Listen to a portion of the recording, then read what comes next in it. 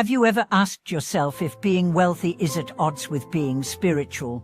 Have you ever struggled with the guilt of having money while walking a path rooted in compassion and renunciation? Welcome back to the channel that brings ancient Buddhist teachings into the heart of modern life. I'm truly honored you're here. Today, we are going to explore a topic that's both practical and profound: how wisdom transforms our relationship with wealth, and why having money isn't the problem, how you use it is. From the beginning, many people misunderstand Buddhism as a rejection of all material wealth. The image of the monk with a begging bowl, living under a tree, has dominated our view of spiritual success. But the Buddha never taught that money is evil. He taught that attachment to money is dangerous, that the misuse of money brings suffering. But when wealth is paired with wisdom, it becomes a powerful tool for liberation, not just for the self, but for others. Let's start with a basic truth: money is energy. It is neither good nor bad. Like fire, it can warm or burn. Like a knife, it can heal or harm. What matters is who wields it, and with what intention.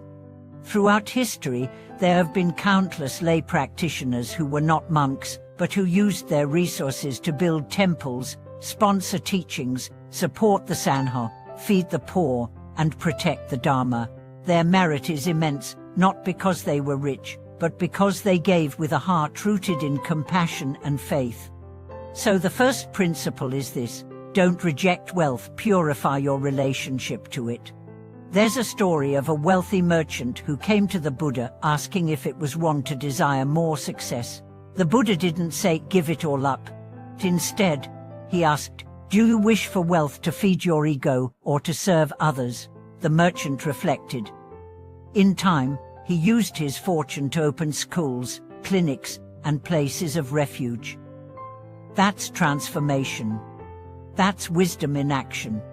Many people believe they must choose between being spiritual and being successful. But what if your success is the very vehicle through which your spirituality is tested and expressed? The Buddha spoke of 4 ways to wisely manage wealth. First, earn it through righteous means without deceit, exploitation, or harm. Second, use it to support yourself and your family in a life of dignity. Third, give generously to those in need, especially the Sangha and the sick. Fourth, save and invest wisely, preparing for the future without greed. And now, let's go deeper. Wise giving, considered one of the greatest merits in Buddhism. Because giving cuts through attachment. It transforms the closed fist into an open hand. It awakens the truth that what you possess is never truly yours. It's temporarily entrusted to you by the conditions of karma and time. Think about this: every meal you eat, every home you sleep in, every coin in your pocket, these came to you through the labors and lives of others. Farmers, builders, engineers, teachers, strangers. You are never independent. Wealth is not an achievement, it's a condition that calls for responsibility. When you understand this, generosity becomes joyful. It's not sacrifice, it's sharing the flow of life. In the sutras, it is said that the greatest giver is not the richest, but the one who gives with the purest heart. A beggar who offers half her bread with love has more merit than a king who donates gold for fame. That's why intention matters more than amount. Every time you give, ask yourself, what's in my heart? Pride, fear, expectation? Or is it love, gratitude, faith?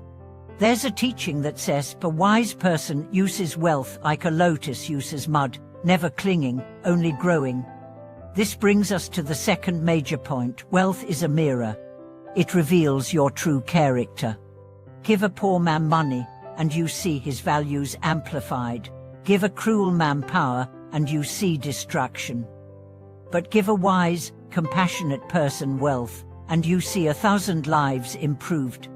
So ask yourself not, how much do I have, but what am I doing with what I have? Are you hoarding out of fear? Are you spending to impress, or are you circulating it with care and awareness? Buddhism teaches that generosity is not about giving up, it's about opening up. Imagine you have a candle. If you use it to light another, you lose nothing, but you gain more light. Wealth is the same. Shared wisely, it expands peace. And here's something beautiful. Even small acts count. A bowl of rice, a bus fare, a book, a smile. The heart behind the act is what matters. Master Qigong once said, even if you have nothing, if you recite the Buddha's name with the wish to help others, your merit surpasses mountains of gold. That's because generosity is not limited to money, time, energy, skills, forgiveness. All are forms of giving.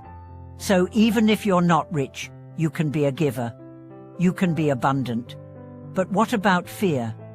Many hold back from giving because they worry about their future. What if I use my job? What if I don't have enough? These are real fears. But Buddhism teaches that trust in the law of karma is the antidote. What you give, returns. Maybe not in money, but in joy, health, peace, opportunities. A businesswoman once began donating 10 of her profits to a children's charity. Her accountant warned her, "That's too much." But she felt guided by something deeper. Within a year, her business tripled. But even if it hadn't, her joy in seeing lives changed was her real wealth. Now let's talk about spiritual danger. Wealth can easily breed arrogance, pride, delusion. The ego whispers, "You earned this. You deserve more." That's why the wise always stay humble. In the Jataka tales, one story tells of a man who was wealthy in many lives, but in one life, he grew proud and neglected generosity. In the next, he was born into poverty. Why? Because he broke the cycle of giving. Wealth is a stream. If you dam it, it becomes stagnant. If you channel it, it nourishes all. So if you are wealthy now, be grateful and be vigilant. Use your blessings as blessings for others. Support Dharma centers, sponsor free teachings, help someone go to school, feed a hungry family. These are not acts of charity, they are investments in the soul of the world.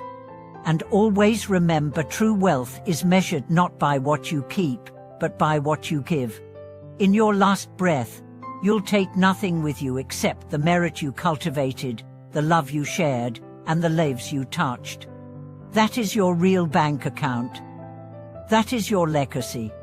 So, to all who walk the path, do not fear money. Do not worship it either. Let it serve your heart, not enslave it. Let it become your offering, not your identity. And whether you have little or much, live as though every coin is a prayer, every bill a mantra, every act of giving a step toward awakening. If this message resonated, if you've experienced how money changed your spiritual path for better or worse, please share in the comments. Let your story guide others. And if this video helped clarify your relationship with wealth, please like, subscribe, and click the bell. Let's grow this Sangha of wisdom together. Thank you for watching this video. May your wealth be wise, your giving be joyful, and your heart be ever open to the Dharma.